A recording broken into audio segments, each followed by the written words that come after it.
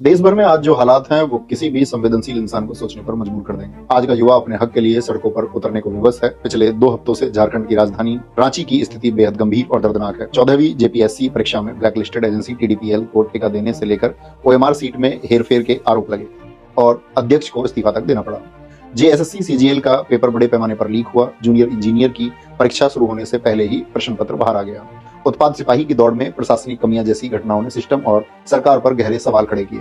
अभय कुमार तिवारी जो झारखंड सरकार का एक कर्मचारी है और ब्लॉक सप्लाई ऑफिसर बीएसओ है, पर आरोप है कि इस व्यक्ति ने पेपर लीक और धांधली के जरिए 12 भर्ती परीक्षाएं क्लियर की हैं, जैसे police sub inspector, navy, CRPF, जिसे सीआईडी ने पेपर लीक और धांधली का मास्टरमाइंड बताकर गिरफ्तार किया है। पर यह भी आरोप है कि ये 25 से 40 लाख रुपए लेकर भर्तियों की सीटों का सौदा करता था। इसी विरोध में अनिश्चितकालीन धरने और भूख हड़ताल कर रहे देवेंद्र नाथ महतो और कई युवा अभ्यर्थी तेज बारिश में भी अपनी जगह से नहीं उठ रहे हैं। ऐसे दृश्य मन को बहुत व्यथित करते हैं। शांतिपूर्ण प्रदर्शन कर रहे बहुत से छात्रों का कहना है कि पैसे बचाने के लिए एक वक्त का खाना बनाते हैं और उसी को 3 वक्त खाते हैं। हम लोग स्टूडेंट लोग ना गरम खाना खाना भूल गए हैं। एक टाइम खाना बनाते, 3 टाइम खाना खाते हैं। एक छोटे से कमरे में सालों तक पढ़ाई करने वाले ये छात्र किसी अमीर घराने से नहीं आते। ये उस मध्यम वर्गीय परिवार का इकलौता सहारा होते हैं, जिनकी सारी उम्मीदें इस बात पर टिकी होती हैं कि उनका बच्चा एक दिन सरकारी नौकरी पाकर उनके जीवन भर के संघर्षों को खत्म करेगा। लेकिन जब सालों की तपस्या के बाद पता चलता है कि सिस्टम में बैठे लोगों ने उनका हक किसी और को बेच दिया है, तो सिर्फ एक परीक्षा रद्द नहीं होती, पूरा परिवार बिखर जाता है। जब पता चलता है कि छात्र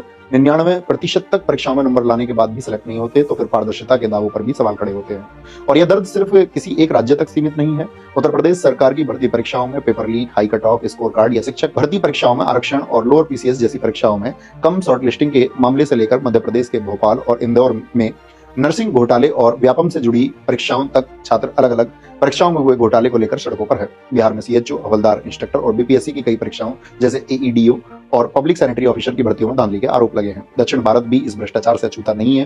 कर्नाटक में केपीएससी पशु चिकित्सा अधिकारी परीक्षा में रिश्वतखोरी, कैश फॉर जॉब और गजेटेड पद के परीक्षाओं में भी भाई भतीजावाद के मामले सामने आए। पंजाब में फार्मेसी ऑफिसर और नायब तहसीलदार की परीक्षाओं में ब्लूटूथ और पैन कैमरा जैसे इलेक्ट्रॉनिक उपकरणों से नकल और पेपर लीक के मामले सामने आए। इसके अलावा हिमाचल प्रदेश, पश्चिम बंगाल और आंध्र प्रदेश जैसे राज्यों में भी सोलवर गैंग और लीक माफिया के नेटवर्क के खिलाफ छात्र पुतला दहन और रैलियां निकाल रहे हैं।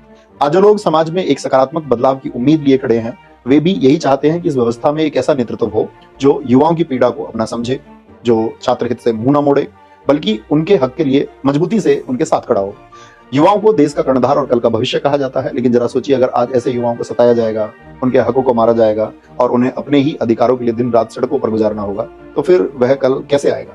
सरकारों को यह समझना होगा कि हम 21वीं सदी के लोकतांत्रिक दौर में जी रहे हैं। जब ये त्रस्त छात्र अपने हक के लिए आवाज उठाते हैं, तो उन पर वाटर कैनन चलाना, आंसू गैस के गोले दागना या उन पर लाठियां बरसाना, बेटियों के साथ अभद्रता करना कहाँ का न्याय है?